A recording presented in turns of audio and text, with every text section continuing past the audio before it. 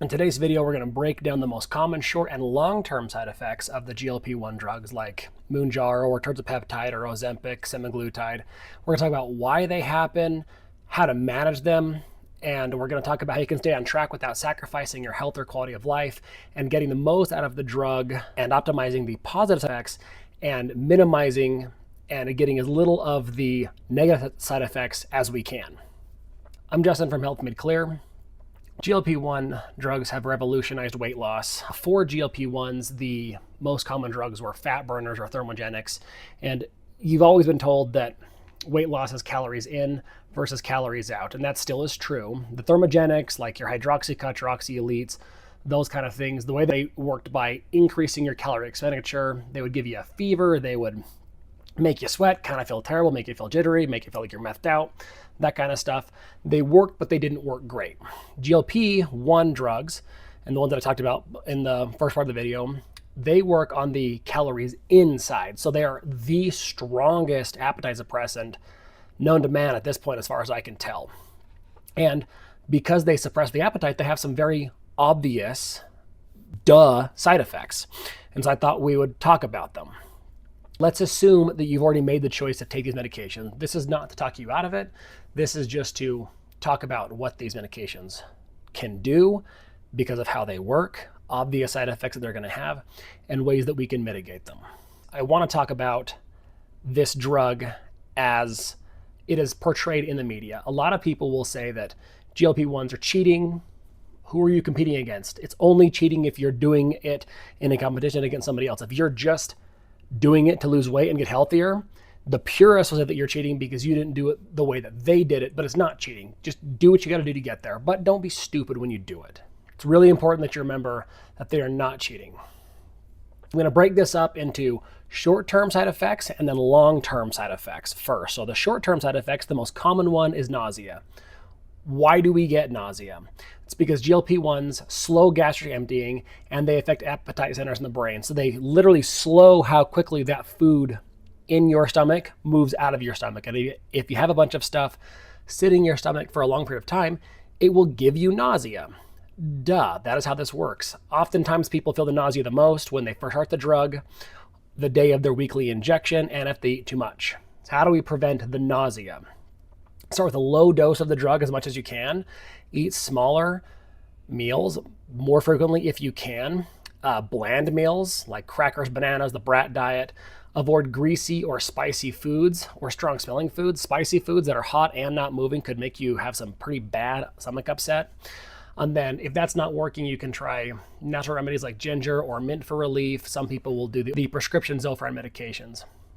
Along with that, the second most common side effect is vomiting for essentially the same reason. This usually happens if people eat too much food because that food's not moving. Now your stomach and your intestines are full and it's like, hey, look, it's not moving down. We got to get it up. So you'll throw up. So again, reduce meal size, stay hydrated, avoid laying down after eating.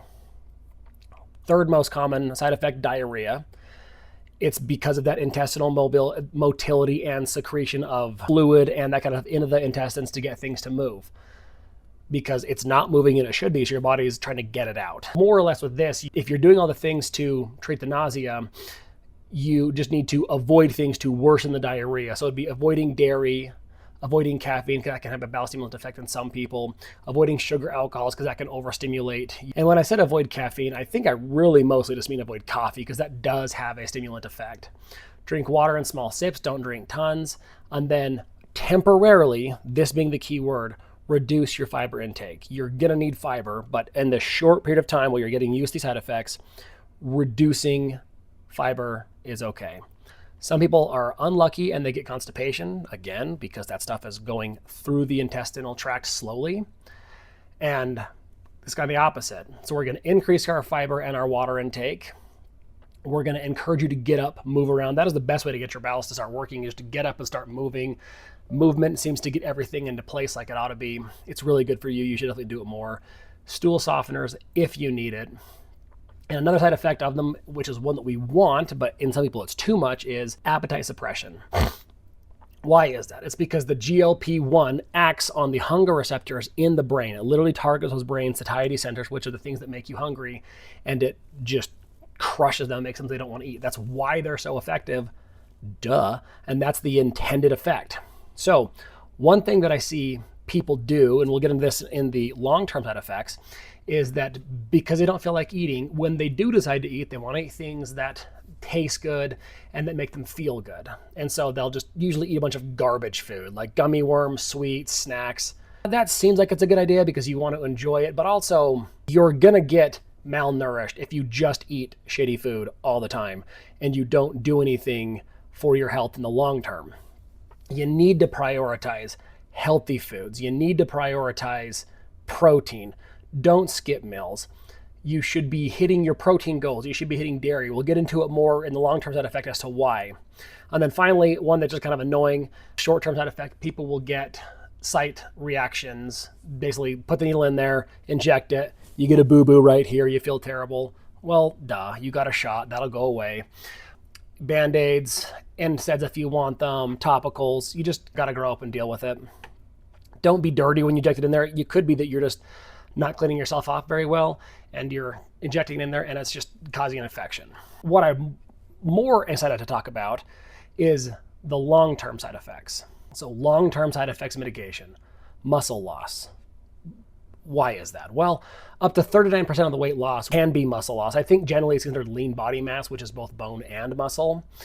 The reason is because you're suppressing the appetite and you're having a bunch of weight loss. Anytime that you are not eating a lot of food, your body has to still keep moving and it still has to keep producing. Just because you don't have a bunch of money coming in doesn't mean that your bills haven't stopped. They may have decreased, but they haven't stopped. And so if your body needs amino acids and you're just not eating them, the biggest repository of amino acids in your body, muscles. So it goes to the muscles and it breaks them down, takes those amino acids out, does what it needs to do. If you think about it at its face, it makes sense that if you are eating significantly less food and you're losing significant amounts of weight, that if you're not doing anything to mitigate it, that you're going to lose protein in the form of muscle loss. Like it just does. We'll get into the bone loss section in a second, but it's the same principle. How do we prevent this? In my patients who are on these medications, strength training is required. You just have to do it because you don't age gracefully without muscle. You need strong thigh muscles. You need strong quads. You need strong hamstrings. You need strong glutes to walk around, to move. You need strong muscles to do life and to be successful in life. And maybe when you're young, you don't care, but you will when you're older. And I'm talking about long-term side effects here that can be problematic for you a long ways out. Movement is important. You need to prioritize protein intake. So when I talked earlier about how people will just eat things that make them feel good and why it's bad, this is because if you're just slamming a bunch of gummy worms, you're not getting the protein that you need. You need to focus on the protein. You should be getting pulses of protein, evenly spaced throughout the day while you're awake, to get to, some people will say 0.7 grams per pound of body weight. Others will say 1 gram per pound of body weight. I think in this case, if you're using it for a short period of time, it's better to err on a little bit more protein so you can have more muscle sparing effects of ingesting protein so you can keep what you have. And also, it's going to be hard to build any muscle on these. Not impossible, but hard. And so our goal is to maintain the muscle we can. So you have to eat protein so you can spare the body from taking the amino acids out of your muscles. And you have to hit the gym so your body's like, I don't really want to give up these muscles because I walk in there and I get crushed every day. So you've got to do resistance training 3 times a week, I think is a great place to start. And it's got to be intense. You can't walk in there, do your curls, not be tired, not be sweaty, and just walk out. That's virtually useless, just barely better than useless. You need to go and work hard. And you're there at the gym anyway. You might as well optimize your time. Hit it, go hard. There are some people who are pushing programs now where you just do 1 all-out set per muscle group, per workout, and they seem to have good results, and you can do it pretty quick, but you just got to hit it hard. The point of this is eat your protein, your life depends on it because it does, and work out like your life depends on it because it does. Very important. Now, bone density loss, second long-term side effect that's talked about for the same reason, except for this time, if you're not getting enough calcium, your body is like, well, where do I have the most calcium at? So it goes and gets calcium from your bones, which is where the most of your calcium in your body is stored, bones and teeth. Same idea. What's cool is that weight training will help spare that because your bones have to support weight. They have to support those muscles pulling on them. And for the same reason that your body won't give up muscle if it has a load being placed on it, it won't give up bone tissue because it has a load being placed on it. So weight training negates both of those things. Well, it helps with the muscle loss and the bone loss. It's good to take some calcium supplements if you can. If you are somebody with osteoporosis or you're a post-menopausal female, you really need to look at these medications with some skepticism, because if you are in those categories with osteoporosis or you're a post-menopausal female, your ability to lay down new bone tissue is severely degraded than somebody who's young and somebody who doesn't have those issues. And you may actually have more harm than good by taking this medication. And even if you do these things correctly, it could be an issue. So speak with your doctor about it. But it is very important that you maintain your bone mass and that you maintain your muscle mass. Weightlifting, eating adequate things will help. What kind of food would be good to do both of those things that also shouldn't be too rough on the stomach for most people? I think Greek yogurt is great. High in calcium covers that. Protein shakes are good. Essentially, any of your dairy-based protein products would be helpful for both things: cottage cheese, milk, all those things.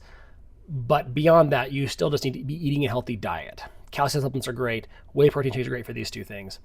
Another very common long-term side effect is a nutritional deficiency, which is, again, you're not eating a lot of stuff. And if you're not eating good, healthy food, you're not prioritizing healthy food, then of course you're going to have nutritional deficiencies. So eating healthy foods, like the things that you should be eating but aren't, supplementing things that you're deficient in. Some people may find benefit talking to a dietitian if they're going to start these things. Getting in your fruits and vegetables. Typically, for fiber, they talk about 13 or 14 grams per 1,000 calories of food. So if you're eating 2,000 calories of food, you probably won't be because you're on GLP-1, so it's probably less. But let's say you're eating 2,000, you should be getting roughly 30 or so grams of fiber a day. Eating multiple colored fruits and vegetables to be getting your nutrients in, taking a vitamin if you have to, eating lean cuts of protein, healthy fats, polyunsaturated fats, monounsaturated fats. Saturated fat is okay. A little more is okay if you're a man, but you shouldn't just be consuming tons of it. Avoiding the deep fried foods, obviously, because they're usually not as nutritionally dense, and it'll help you avoid some of the short-term side effects that we talked about earlier.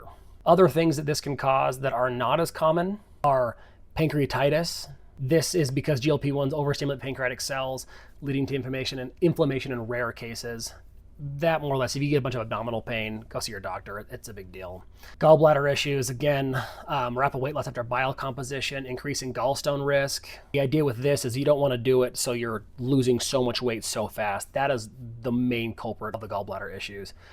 Kidney injury with these, mostly due to dehydration. People just are so nauseated that they don't want to drink, and that can cause kidney injury. Now, most of these things that I've talked about here are in people who start on a dose that is too high too quickly. The gallbladder issues, the kidney issues, and the pancreatitis.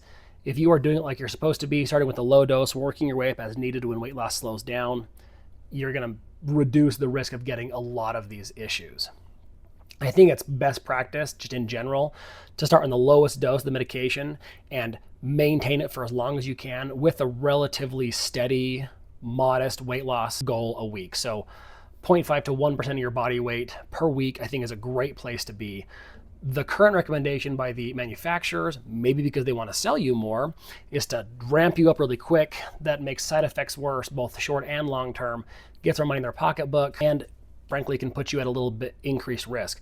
It is much better, in my opinion, to start in the lowest dose that you can, monitor your weight every single day after you pee and before you eat, and see what your weight loss looks like, and then make adjustments as you need to with your physician. That is my take on the GLP-1 medications. If you have questions, if you have concerns, if you have experiences, throw them in the comments. Let me know what other videos you guys want made. Have a good day.